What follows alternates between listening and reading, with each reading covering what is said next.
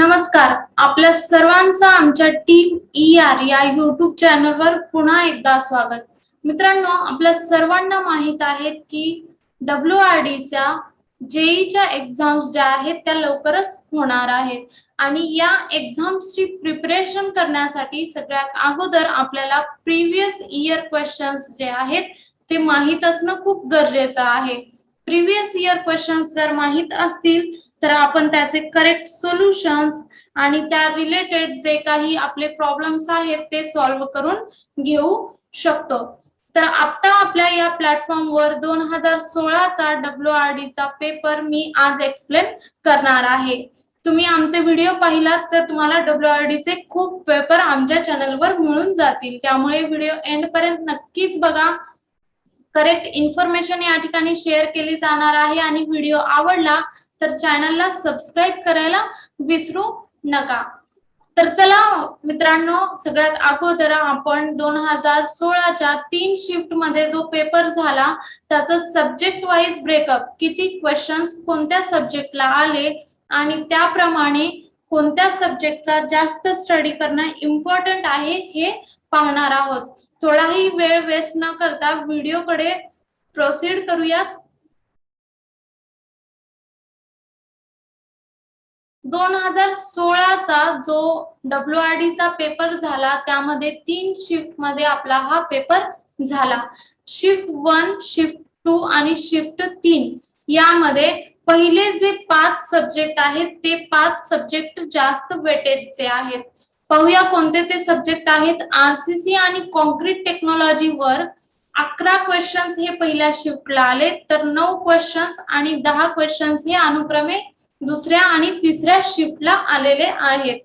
त्याचप्रमाणे fluid mechanics जे आहे त्याचे 9, 8, 8 अशा पद्धतीचे क्वेश्चन्स हे शिफ्ट 1, 2 व 3 ला आलेले आहेत. सर्वेइंगचे सुद्धा फ्लूइड मेकॅनिक्स इतकं सर्वेइंगला इम्पॉर्टन्स दिलेला आहे. यामध्ये शिफ्ट 1 ला 8 क्वेश्चन्स आले, शिफ्ट 2 ला 8 क्वेश्चन्स आले तर शिफ्ट 3 ला हे 9 क्वेश्चन्स आलेले आहेत. आता तुम्ही यावरून अंदाज लावू शकता की शिफ्ट 1 ला जर 8 क्वेश्चन्स सर्वेइंगचे विचारले गेलेले असतील तर शिफ्ट 2 ला सुद्धा तेवढंच इम्पॉर्टन्स सर्वेइंगला दिलं जाणार आहे.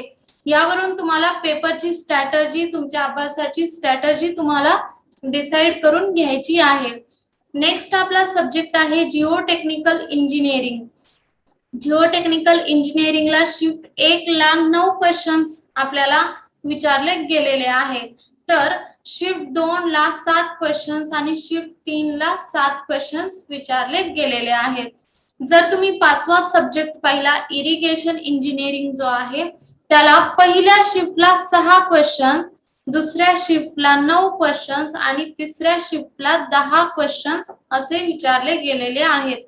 त्यामुळे जे पेपर सेट करतात त्यांना सुद्धा माहित आहे की पेपर कुठे ना कुठे क्वेश्चन्स थोडेसे माहित होणार आहेत.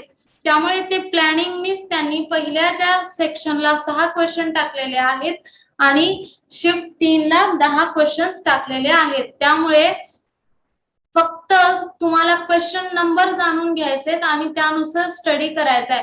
आता तुम्ही डायरेक्टली सांगू शकता का कोणत्या सब्जेक्टला, कोणत्या पेपरला ह्याचे क्वेश्चन्स जास्त येणार आहेत?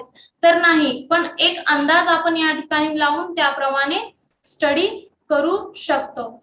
आता पुढचे जे सब्जेक्ट आहेत ते सुद्धा इम्पॉर्टंट आहेत, पण अकॉर्डिंग टू जी ही लिस्ट आहे त्या लिस्ट प्रमाणे जे पहिले 5 सब्जेक्ट आहेत RCC and concrete technology, fluid mechanics, surveying, geotechnical engineering and irrigation engineering हे जे 5 सब्जेक्ट आहेत ते स्कोरिंगचे सब्जेक्ट आहेत. हे 5 जे सब्जेक्ट आहेत ते स्कोरिंगचे सब्जेक्ट आहेत. त्यामुळे आपल्याला या 5 सब्जेक्टला जर तुम्ही WRD चा स्टडी करत आहात स्पेशली तर तुम्हाला या 5 सब्जेक्टना जास्त वेटेज द्यायचं आहे, जास्त याचा स्टडी करायचा आहे. पुढचे जे सब्जेक्ट आहेत ते strength of material, transportation engineering, estimating and costing हे 3 जे सब्जेक्ट आहेत या सब्जेक्टना तुम्हाला मीडियम लेवलचा स्टडी करायचा आहे. या 3 सब्जेक्टचा आपल्याला मीडियम लेवलचा स्टडी करायचा आहे, कारण यावर जास्त स्कोरिंगचे क्वेश्चन्स विचारलेले नाहीयेत. 4 क्वेश्चन्स पहिल्या पेपरला, दुसऱ्या पेपरला 4 क्वेश्चन्स आणि तिसऱ्या पेपरला सुद्धा 4 क्वेश्चन्स. ट्रान्सपोर्टेशन आणि एस्टिमेटिंग कॉस्टिंगचं सुद्धा असाच ब्रेकअप आहे. 3 ते 4 क्वेश्चन्स तुम्हाला विचारले जाऊ शकतात. आता steel structure, environmental engineering, building construction and material आणि जर सीपीएम आणि पटचा विचार केला तर याला 1 ते 2 क्वेश्चन्स विचारलेले आहेत. त्यामुळे तुम्ही जर सीपीएम आणि पट तुम्हाला जर अवघड जात असेल तर तुम्ही हे तुमच्या अभ्यासातून, तुमच्या लिस्ट मधून काढून टाकू शकता, कारण 1 क्वेश्चन फक्त यावर आलेला आहे. पण स्टील स्ट्रक्चर, एन्व्हायरमेंटल इंजिनिअरिंग आणि बिल्डिंग कन्स्ट्रक्शनचा अभ्यास नक्की करा, कारण हे असे सब्जेक्ट आहेत जे कधीही याची पातळी जी आहे, जी क्वेश्चन्स याची जी जास्त पॉसिबिलिटी आहे ती कधीही चेंज होऊ शकते. त्यामुळे आपल्याला RCC, concrete technology, fluid surveying, geotechnical irrigation या जे सब्जेक्ट आहेत त्याचा जास्त अभ्यास करायचा आहे, कारण हे स्कोरिंगचे सब्जेक्ट आहेत. त्यानंतर सॉन, ट्रान्सपोर्टेशन आणि एस्टिमेटिंग कॉस्टिंग याचा पण अभ्यास करायचा आहे, पण मीडियम लेवलचा स्टडी करायचा आहे. आणि रिमेनिंग जे सब्जेक्ट आहेत ते तुम्हाला क्वेश्चन ओरिएंटेड स्टडी करायचे आहेत. ठीक आहे, पुढे जाऊया.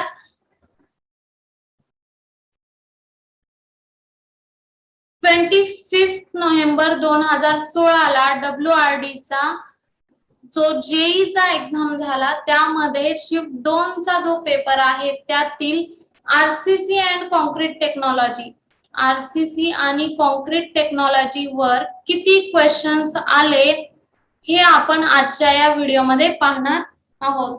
आरसीसी आणि कॉन्क्रीट टेक्नॉलॉजी वर क्वेश्चन्स जे आहेत ते 9 क्वेश्चन्स आलेले आहेत आणि ते 9 क्वेश्चन्स कोणत्या प्रकारचे होते हे आपण पाहणार आहोत आणि त्यांची काठिण्य पातळी जी आहे ती कशा पद्धतीची होती आणि आरसीसी मध्ये स्टडी करत असताना कोणत्या गोष्टी लक्षात ठेवणं गरजेचं आहे, कोणता आयएस कोड फॉलो करणं गरजेचं आहे ते आपण पाहणार आहोत.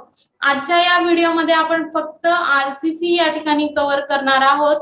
त्यानंतर पुढे सर्वेइंग, फ्लूइड मेकॅनिक्स याचे जे क्वेश्चन्स येणार आहेत ते सुद्धा आपण टेक्निकल सगळे आपल्या प्लेलिस्ट मध्ये अपलोड करणार आहोत, जेणेकरून तुम्हाला स्टडी करायला इझी होणार आहे.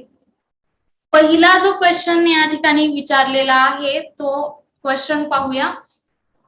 If actually provided percentage of tensile steel, tensile स्टीलचं जे पर्सेंटेज आहे in a singly reinforced concrete section, singly reinforced concrete section मध्ये जर percentage of tensile steel, tensile स्टीलचं percentage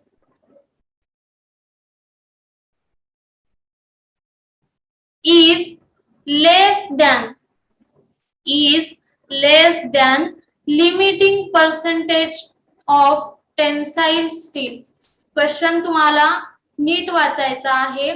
Percentage of tensile steel in singly reinforced concrete section is less than limiting percentage of tensile steel for it, then the section is said to be. जर कमी percentage असेल तर under reinforce section, जास्त percentage असेल तर over reinforce section आणि जर बरोबर पर्सेंटेज असेल, लिमिटिंग पर्सेंटेज असेल तर बॅलन्स्ड सेक्शन असतो. त्यामुळे आपलं या ठिकाणी करेक्ट आन्सर जे आहे ते option number 4 under reinforce section आहे. पुढचा क्वेश्चन पाहूया. ॲपॅरेटस विषयी विचारलेला आहे, इन्स्ट्रुमेंट विषयी विचारलेला आहे. याच्यावर एक क्वेश्चन जो आहे तो फिक्स क्वेश्चन असणार आहे. कोणतं ॲपॅरेटस आहे याच्यावर तुम्हाला एक क्वेश्चन फिक्स आहे, त्यामुळे याचा स्टडी करणं खूप इम्पॉर्टंट आहे. क्वेश्चन पाहूया. The apparatus used to test the soundness of cement, सिमेंटची साऊंडनेस चेक करण्यासाठी कोणतं ॲपॅरेटस यूज केलं जातं, अशा पद्धतीचा हा क्वेश्चन विचारलेला आहे. तुम्ही ॲपॅरेटसचं या ठिकाणी चित्र पाहू शकता, पिक्चर पाहू शकता. व्हीकॅट ॲपॅरेटस जे आहे ते आपण इनिशियल फायनल सेटिंग टाइम साठी, त्याचप्रमाणे कन्सिस्टन्सी वगैरे चेक करण्यासाठी आपण व्हीकॅट ॲपॅरेटस यूज करतो.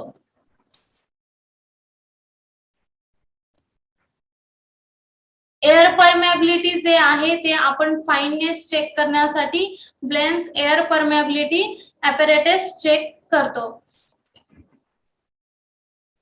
त्यानंतर ली चॅटेलियर्स जे ॲपॅरेटस आहे ते आपण साऊंडनेस चेक करण्यासाठी यूज करतो. तुम्ही चित्रामध्ये हे ॲपॅरेटस पाहू शकता. त्याचप्रमाणे याचं वर्किंग कसं आहे हे सुद्धा तुम्ही गुगलला पाहू शकता किंवा तुम्ही तुमच्या बुकमध्ये वाचलं सुद्धा असेल. आता या ठिकाणी साऊंडनेस विचारलेला आहे. साऊंडनेसच्या ऐवजी तुम्हाला एखाद्या वेळेस विचारलं जाईल की कन्सिस्टन्सी चेक करण्यासाठी खालीलपैकी कोणतं ॲपॅरेटस वापरलं जाईल. तर आपल्याला ॲपॅरेटस वर एक कन्फर्म क्वेश्चन विचारला जाणार आहे, त्यामुळे आपल्याला ॲपॅरेटस जो आहे ते चांगल्या पद्धतीने स्टडी करायचे आहेत. त्याच नेक्स्ट क्वेश्चन जो आहे तो आपला स्लॅब मधील डिस्ट्रीब्युशन स्टील बार्सच्या पिच विषयी विचारलेला आहे. क्वेश्चन पाहूया. The pitch for distribution steel bars in a slab shall not exceed, कशामधून ते एक्सीड व्हायला नकोय, त्याची कंडिशन काय आहे. जर तुम्ही या ठिकाणी लिहिलेली नोट पाहिली तर मेन बार्स साठी जो पिच आहे तो 3 times of effective depth but not more than 600 mm. 600 mm पेक्षा जास्त जायला नको. 3 टाइम्स इफेक्टिव्ह डेप्थ असू शकतो. But in case of distribution bars विषयी 6 टाइम्स द इफेक्टिव्ह डेप्थ या ठिकाणी म्हणलेला आहे. म्हणजे स्लॅबची जी इफेक्टिव्ह डेप्थ आहे त्याच्या 6 टाइम्स पेक्षा जास्त डिस्ट्रीब्युशन स्टील बार्स मधील पिच असायला नको.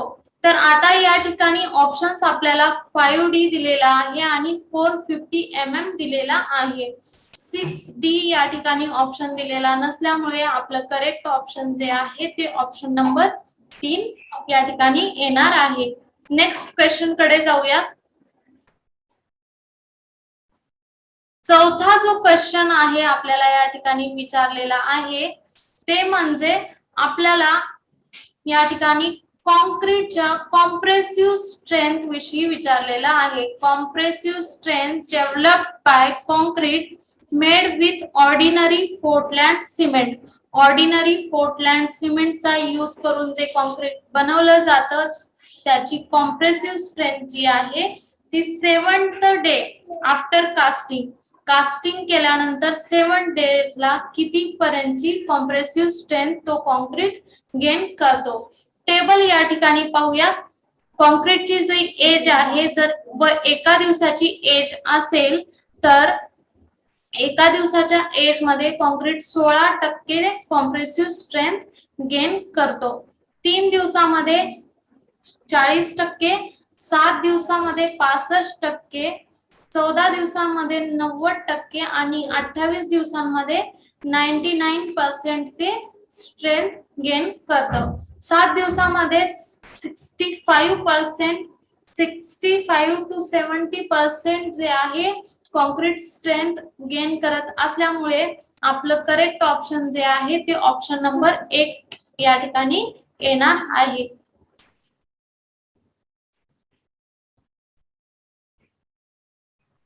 नेक्स्ट क्वेश्चन आहे which of the following cement shall be used for underwater concreting.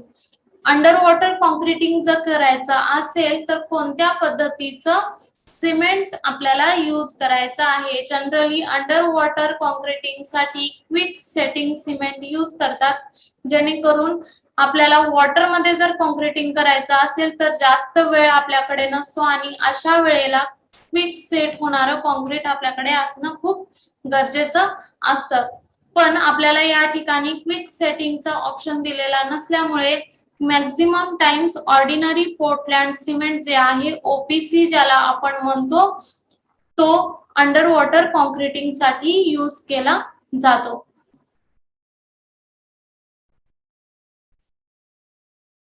पुढचा क्वेश्चन आपल्याला विचारलेला आहे तो म्हणजे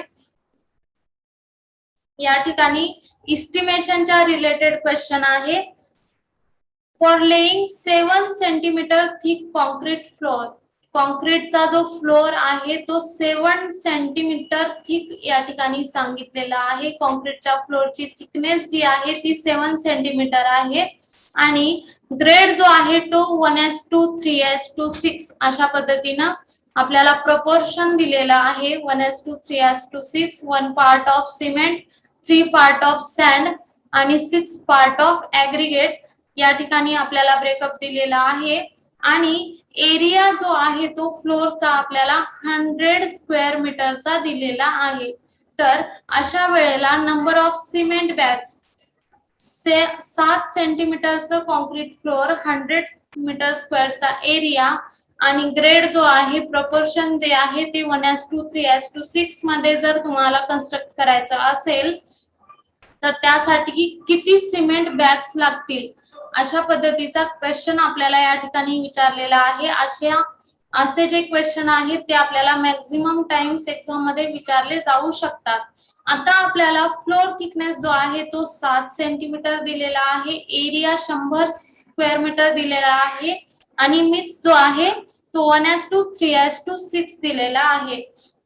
सगळ्यात अगोदर आपल्याला वेट व्हॉल्यूम जे आहे ते कॅल्क्युलेट करायला लागेल. वेट व्हॉल्यूम कॅल्क्युलेट करण्यासाठी area of floor plus thickness of floor तुम्हाला करायचा आहे.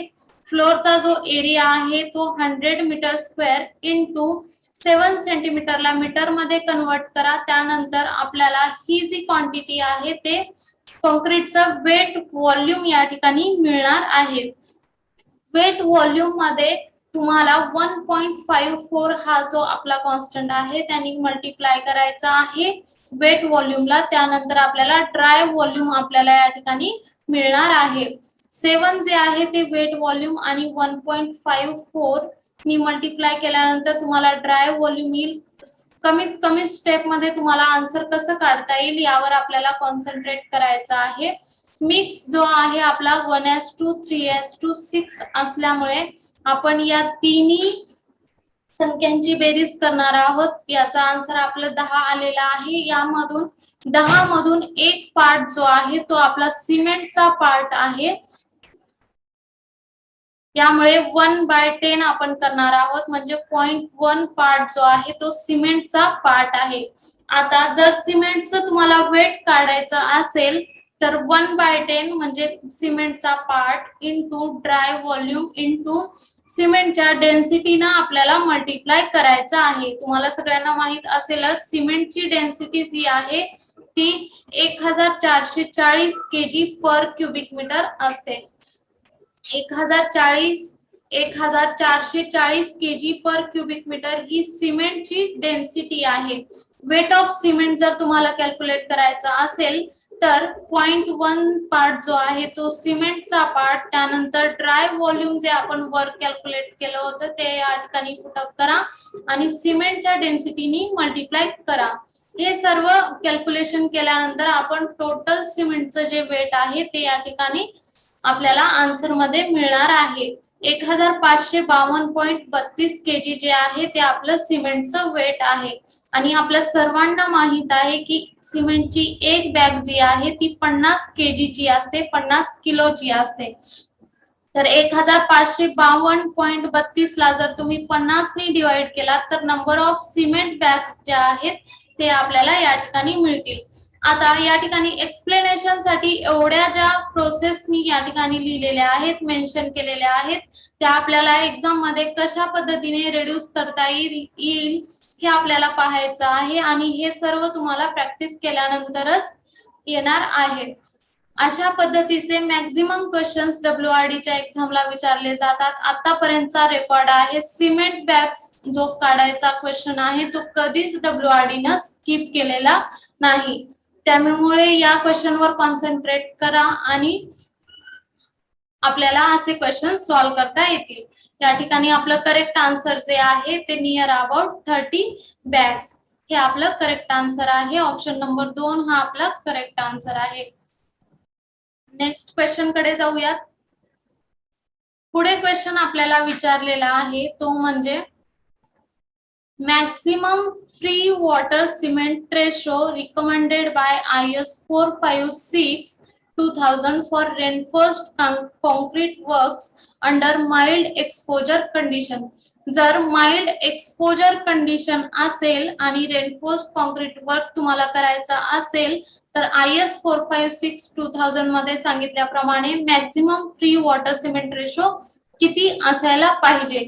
याच्या लिमिट्स आपल्याला IS 456/2000 मध्ये टेबल नंबर 5 वर पाहायला मिळतील.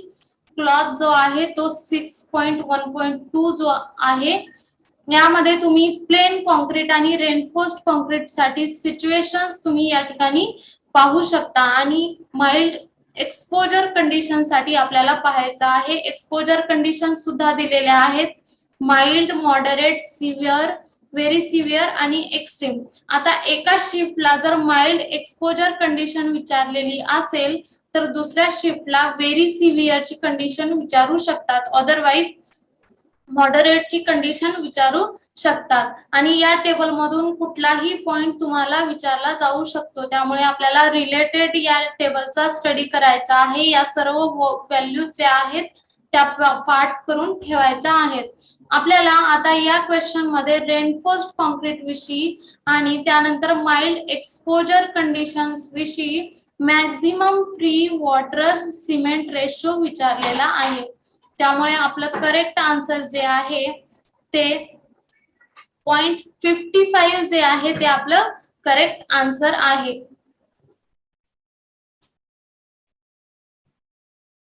0.55 जे आहे ते आपलं करेक्ट आन्सर आहे. ऑप्शन नंबर 3 जो आहे तो आपला करेक्ट आहे. नेक्स्ट क्वेश्चनला जाऊयात.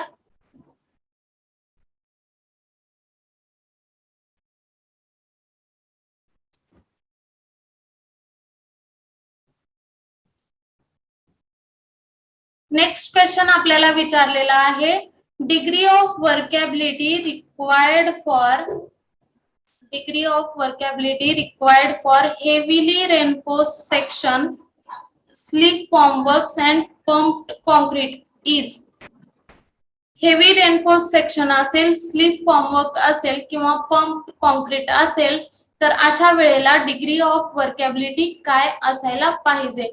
IS 456 मध्ये जर तुम्ही प्लेसिंग कंडिशन्सचा जो टेबल आहे तो पाहिला तर यामध्ये डिग्री ऑफ वर्केबिलिटी जी आहे ती स्पेसिफाय केलेली आहे.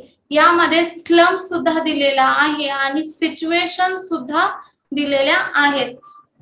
आता आपल्या सिच्युएशन्स नुसार heavily reinforced sections in slabs, beam, walls, columns, sleep formwork, pump section, pump concrete यामध्ये जी डिग्री ऑफ वर्केबिलिटी आहे ती मीडियम असायला पाहिजे आणि जो स्लम जो आहे 50 to 100 mm मध्ये असायला पाहिजे असं IS 456 आपलं स्पेसिफाय करतं. त्यामुळे आपलं करेक्ट ऑप्शन जे आहे ते मीडियम जे आपल्याला सांगितलेलं आहे ऑप्शन नंबर 4 हे आपलं करेक्ट ऑप्शन आहे. या ठिकाणी तुम्ही पाहू शकता ब्लाइंडिंग कॉन्क्रीट, शालो सेक्शन्स असतील, पेवमेंट्स युजिंग पेवर्स असतील, मास कॉन्क्रीट असेल तर अशा वेळेला व्हेरी लो आणि लो अनुक्रमे आपल्याला डिग्री ऑफ वर्केबिलिटी या ठिकाणी स्पेसिफाय करता येईल. एका एक्झाम मध्ये जर मीडियम वर्केबिलिटी वर क्वेश्चन विचारलेला असेल तर दुसऱ्या पेपर मध्ये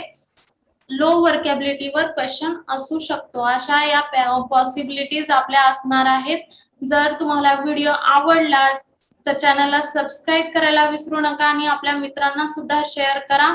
सोबतच आपले प्लेलिस्ट मध्ये येणारे सगळे WRD चे एक्झामचे जे प्रिव्हियस इयर क्वेश्चन पेपर आहेत ते सगळे पहा, जेणेकरून तुम्हाला 2019 मध्ये जो आपण फॉर्म भरलेला आहे WRD चा त्यामध्ये जे क्वेश्चन पेपर येणार आहेत त्याची एनालिसिस आणि तुम्हाला त्याचं अटेम्प्ट करणं इझी जाईल. तर चला भेटूया पुढच्या व्हिडिओ मध्ये आपल्या WRD च्या पेपरचा नेक्स्ट पार्ट घेऊन. ठीक आहे. Thank you all of you.